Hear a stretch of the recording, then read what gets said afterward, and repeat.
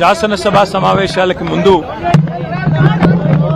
ఆనవాయితీగా ఏ అమరవీరుల త్యాగాల వల్లనైతే తెలంగాణ రాష్ట్రం సిద్ధించిందో వారి స్ఫూర్తిని గుర్తు చేసుకుంటూ వారి త్యాగాలకు మరొకసారి ప్రణమిల్లుతూ ఇవాళ మా పార్టీ యొక్క శాసనసభా పక్షం మొత్తం గౌరవ శాసనసభ్యులు శాసన మండలి సభ్యులు అందరం కూడా ఈ బడ్జెట్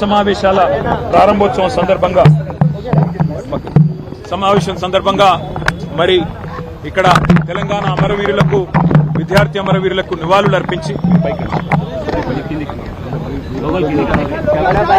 సమర్పించి ఇవాళ శాసనసభ సమావేశాలకు హాజరు కాబోతా ఉన్నాం. వాస్తవం ఏంటి అంటే ఈరోజు ఈ రాష్ట్రంలో పరిస్థితి 100 రోజుల్లో 6 గ్యారంటీలు అమలు చేస్తామని, అందులో ముఖ్యంగా రాహుల్ గాంధీ గారు మేము రాష్ట్ర ప్రభుత్వంలోకి వచ్చిన మరుక్షణమే మొదటి కేబినెట్లోనే మరి 6 గ్యారంటీలకు చట్టబద్దత కల్పిస్తామని చెప్పి ఇప్పటికీ 2.5 సంవత్సరాలు గడిచినా ఇంతవరకు చట్టబద్దత కల్పించలేని మాట వాస్తవం. మొట్టమొదటి గవర్నర్ ప్రసంగంలోనే ఆనాడే రాష్ట్ర ప్రభుత్వం చెప్పింది. ముఖ్యమంత్రి గారు సంతకం పెట్టారు. ఇంకా అప్పుడు తమిళిసై సౌందరరాజన్ గారు గవర్నర్ గా ఉన్నారు. వారి నోటంబడి చెప్పించారు. రాష్ట్ర ప్రభుత్వం వెంటనే చట్టబద్దత కల్పిస్తుందని చెప్పి వారు ఆనాడు చెప్పినప్పటికీ ఇప్పటికి 2.5 సంవత్సరాలు ఇది 3వ గవర్నర్ ప్రసంగం. ఇంతవరకు 6 గ్యారంటీలకు చట్టబద్దత లేదు. అట్లాగే విచిత్రమైన విషయం, ఇవాళ పంటలు నాట్లేసేటప్పుడు నిజానికి కేసీఆర్ గారి టైంలో రైతు బంధు పడేది. కానీ ఇవాళ పంటలు కోతలకు వచ్చినా రైతు బంధు దిక్కులేదు. ఇంతవరకు రాష్ట్ర ప్రభుత్వం నుంచి ఒక స్పష్టత, ఒక సమాధానం లేదు.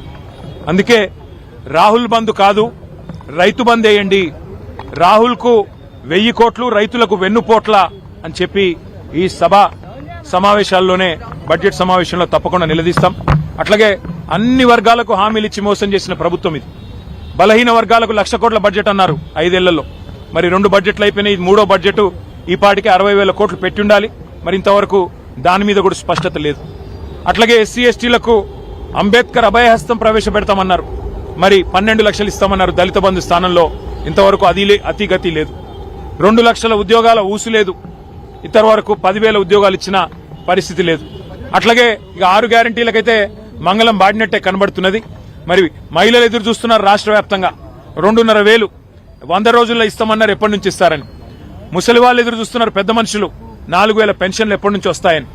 రైతులు రైతు భరోసా కోసం, రైతు బంధు కోసం ఎదురు చూస్తా ఉన్నారు. రైతు కూలీలు నెలకిస్తానన్న 1,000 రూపాయల కోసం ఎదురు చూస్తా ఉన్నారు. ఆటో అన్నలు ఎదురు చూస్తా ఉన్నారు 1,000 రూపాయల కోసం. ఈ అన్ని విషయాల్లో ముఖ్యంగా తెలంగాణ విద్యార్థులు 10,000 కోట్లు ఫీజు రీయింబర్స్మెంట్ బకాయిలు ఏదైతే గవర్నమెంట్ చెల్లించాలో వాటి విషయంలో కూడా మొత్తం విద్యార్థులు, వారి తల్లిదండ్రులు ఎదురు చూస్తా ఉన్నారు. ఈ అన్ని విషయాల్లో జాబ్ క్యాలెండర్ అన్నారు. ఇంతవరకు ఆ క్యాలెండర్ లో మరి ఉత్త క్యాలెండర్ ఉంది తప్ప జాబులు అయితే కనబడతలేవు.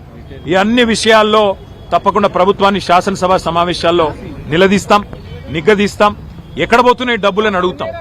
మరి కేసీఆర్ గారు కట్టిన ఇల్లు పెట్టిన పోయినట్టు మీకు బ్రహ్మాండమైన వడ్డిచ్చిన విస్తర్ లాంటి రాష్ట్రాన్ని మీకు అప్పచెప్తే ఇలా మీరు ఏం చేస్తున్నారు, ఆర్థిక అరాచకం చేస్తా ఉన్నారన్న విషయాన్ని కూడా వారిని నిలదీస్తాం. రిటైర్డ్ ఎంప్లాయీస్ కనీసం బెనిఫిట్స్ ఇవ్వలేని దుస్థితిలో ఈ రాష్ట్ర ప్రభుత్వం ఇవాళ రాష్ట్రం ఉన్నది అంటే దానికి కారణం ఖచ్చితంగా ఫైనాన్షియల్ మిస్మేనేజ్మెంట్. తెలంగాణను ఒక ఏటీఎంగా మార్చి ఏఐసీసీకి సమర్పించుకునే దాని మీద ఉన్న శ్రద్ధ ఈ రాష్ట్రంలోని పేదల మీద లేదు అనేది తప్పకుండా రాష్ట్రంలోని ప్రతి పేదవాడి తరపున ఈ ప్రభుత్వాన్ని నిగ్గదీస్తాం, నిలదీస్తాం. మరి ఈ శాసనసభలో, శాసన మండలిలో తప్పకుండా ప్రజల తరపున పోరాడతామని తెలియజేస్తూ థ్యాంక్ యూ.